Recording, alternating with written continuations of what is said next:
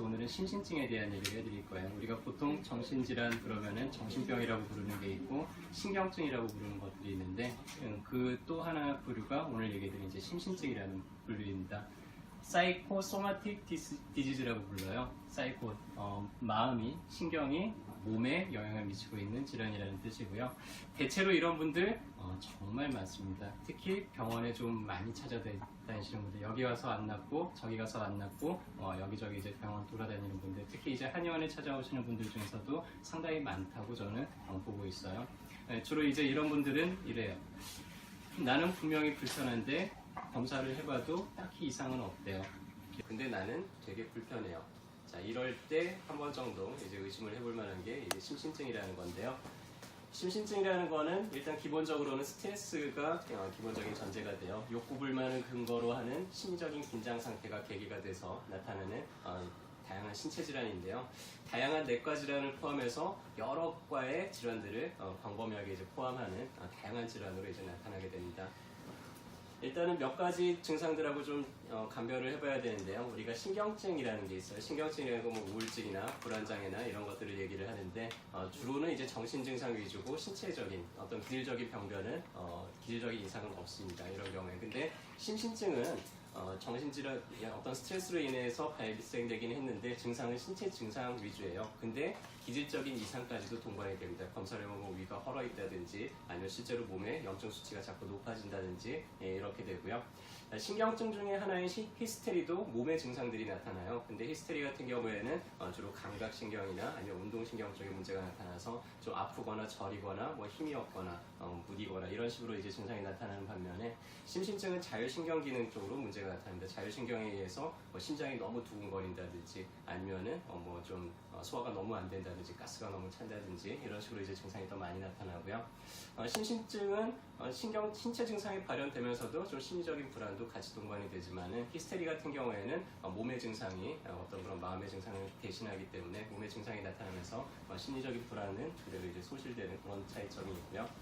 우리가 심신증으로 나타나는 질환들 상당히 많아요. 정말 많습니다. 여러분들이 만약에 내가 꽤 오랫동안 같은 증상으로 고생을 하고 있다 그러면은 그거는 단순히 몸의 문제만은 아닐 가능성들도 있는데요. 대표적인 게 소화불량이에요. 좀 신경 쓰면은 소화가 안 돼요. 뭐 이런 분들도 있고요. 위장이 자꾸만 문제가 재발이 돼요.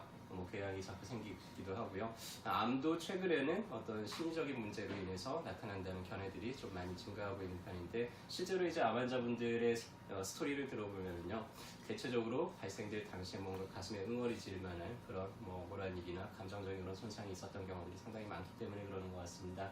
갑상선 항진증 중에서도 혹은 저혈압이나 골투성 고혈압 환자들한테도 많이 보이고요.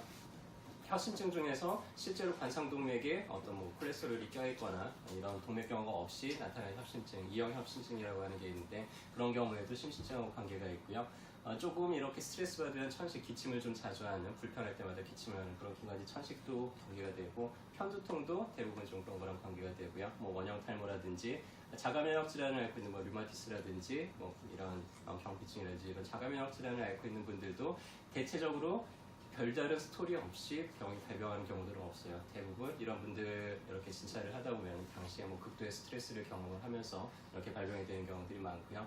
과민성 대장증후군, 만성 통증, 빈뇨, 뭐 두드러기, 복통 어린아이들 키우면서 많이 경험해 보셨죠. 학교 가라가 엄마 배 아픈데, 시험 기간 되면 엄마 배 아픈데, 근데 꾀병 취급을 하지만 실제로 그 사람한테는 그런 게 이제 나타나게 되죠. 이거 외에도 정말로 다양하게 많은 증상으로 나타나는데요. 심신증에 대해서 몇 가지 견해들이 있어요. 문제를 해결하지도 혹은 포기하지도 못할 때 발생이 되죠. 이렇게 되면은 심리적인 긴장 상태가 계속 좀 높아지겠죠. 대표적인 게 이제 당뇨병도 심신증의 일종으로 보는 견해들도 있어요. 당뇨병이 생긴 분들 대체적으로 보면은 당뇨가 생길 당시에 그냥 뭐 즐겁게 잘 평상시처럼 편안하게 생활하는데 생겼다는 분들은 거의 없습니다. 대부분 보면은 당뇨가 생길 당시에 좀 극심한 스트레스, 뭐 사업을 하다가 같이 동료가 뭐 좀 이렇게 배신을 하면서 많이 힘든 그런 상황을 겪으면서 그랬던 분들도 있고요. 뭐 아들이 이제 결혼을 한다고 그랬는데 며느리가 될 친구가 너무 마음에 안 들어서 막 결혼을 반대하고 뭐 이러면서 아들하고 이제 갈등을 겪다가 그러면서 뭐 당뇨가 생겼다는 분들도 있고 대체적으로 다들 좀 스토리가 있는 편이죠. 이런 몸에서 나타나는 반응들이 실제로 마음의 불편함, 마음의 어떤 그런 아주 심리적인 불편함이 몸의 불편함으로 대신하는 경우들이 있어요. 그래서 실제로 좀 몸의 그런 불편한 증상들이 마음의 불편함을 약간 좀 덜어주는 그런 경향들도 있기 때문에 하나의 그런 것들이 내가 표현하는 하나의 그런 어떤 바디랭귀지 속의 내면에 어떤 도움을 요청하는 그런 신호이기도 합니다.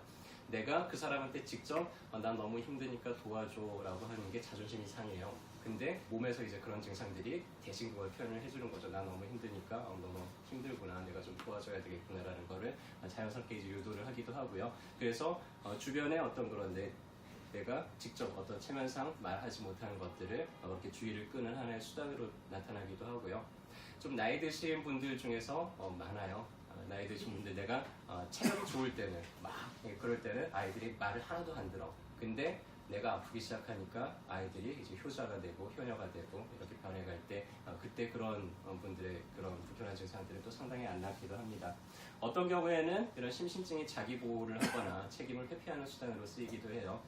되게 내가 뭔가 죄책감을 느끼고 있단 말이에요. 되게 잘못했어. 근데 그거를 내가 어떻게 표현하기가 힘든데 그리고 내가 몸이 성할 때는 내가 어떤 그런 책임을 그냥 떠맡아야 되지만은 내가 몸이 불편할 때는 자연스럽게 그래 네가 잘못했지만 네 몸도 그렇게 불편하니까 얼마나 안 됐니? 라고 하면서 뭔가 좀 책임을 회피하기 위한 그런 수단으로 쓰이기도 하는 견해가 있습니다. 그래서 치료는요. 요새 보면은 이제 만성적으로 소화불량인 사람들한테 항우울제를 투여하는 경우들도 있고요. 만성 통증 환자들한테 진통제가 잘 안 되는 환자들한테 항우울제를 투여하기도 하는데 실제로 그런 약을 먹고 좀 통증이 많이 완화가 된다든지 아니면 소화불량이 해소가 된다든지 하는 경우들도 많습니다. 그래서 그런 분들한테 이제 한약을 쓰더라도 이기제라고 하는 기가 좀 잘 돌게 만들어주는 그런 종류의 처방들을 하게 되고요. 심리치료도 많은 효과가 있어요. 그래서 자율신경 훈련법이라든지 자율신경 균형을 맞춰주는 아니면 행동요법이나 바이오피드백이나 특이하게 절식요법도 한 15일 정도 단식을 하면서 몸의 균형을 찾는 그런 방법도 효과가 있는 편이고요.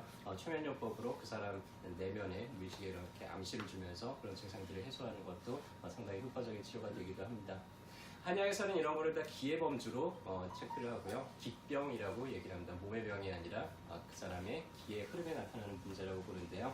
저희 한의사들은 사람을 구성하고 있는 요소를 세 가지 층으로 판단을 해요. 정기신이라고 하는데 정이라는 거는 물질적인 차원이에요. 그 사람의 몸, 육체적인 어떤 물질적인 차원에서 문제가 생겼을 때 가령 실제로 삐거나 부러지거나 이런 것들이죠. 그 다음에 신, 그 사람의 어떤 영적인 이성적인 차원에서 문제가 생긴 것들을 이제 그렇게 다루게 되는데 우리 한의사들은 기라는 걸 상당히 중요하게 생각해요. 그래서 초가 있다 그러면은 이 초를 이루고 있는 파라핀은 정이라고 할 수 있겠죠. 물질이라고 할 수 있겠죠. 최초에 여기에다 불을 붙이려고 하는 어떤 의도가 있었을 거예요. 그거를 우리가 신이라고 할 수 있습니다. 자, 불을 붙이고 나면 이제 계속 불이 환하게 빛을 발산하고 열을 발산하면서 이렇게 타오르고 있겠죠. 그런 거를 우리가 기의 차원이라고 할 수 있겠죠. 사람도 똑같아요. 내 육체가 있고요. 이 육체를 움직이려고 하는 나의 어떤 이성이 있고요. 그 사이에 계속 어떤 감정과 느낌들이 올라오면서 내 몸의 어떤 신호들을 나타내게 되죠. 사람의 뇌를 세 가지 층으로 우리가 크게 판단을 해볼 수 있어요. 하나는 이제 뇌관이라고 하는 파충류의 뇌라고 불러요. 우리 가만히 있어도 나를 살아있게 만들죠. 심장이 계속 뛰게 만들고요. 체온을 계속 유지하게 만들고요. 그래서 알아서 내 생명을 유지하는 그런 걸 담당하는 걸 우리가 뇌관이라고 합니다. 우리 몸하고 아주 밀접한 관계가 있죠. 자, 그 다음에 변연계라고 하는 게 있어요. 변연계는 우리 몸의 감정, 포유류의 뇌라고 하기도 하고요. 우리 파충류는 감정이 별로 없어요. 파충류 키워보신 분 있는지 모르겠지만은 그냥 먹느냐, 잠자느냐, 이런 정도의 행동밖에 안 하는데 포유류, 강아지나 고양이 키워보신 분들은 알겠지만은 이런 포유류들은 감정이 있어요. 그래서 뭔가 이렇게 좀 학습이 되기도 하고 감정적인 교류를 하기도 하고요.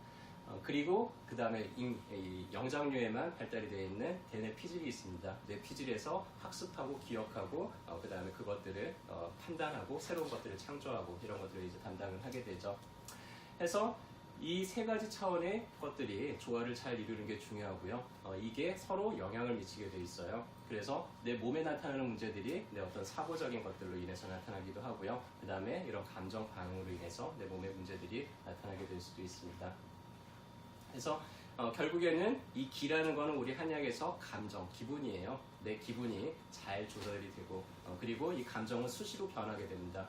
기분 전환이 잘 되는 사람들은 크게 문제가 없어요. 근데 기분 전환이 잘 안 되는 분들이 문제가 좀 잘 생기게 됩니다. 내가 어떤 한 가지 기분에 사로잡혀서 너무 극도로 화가 나는데 이 화가 풀리지를 않아요. 너무나 우울하고 가라앉아 있는데 이게 어떻게 극복이 잘 되지가 않아요.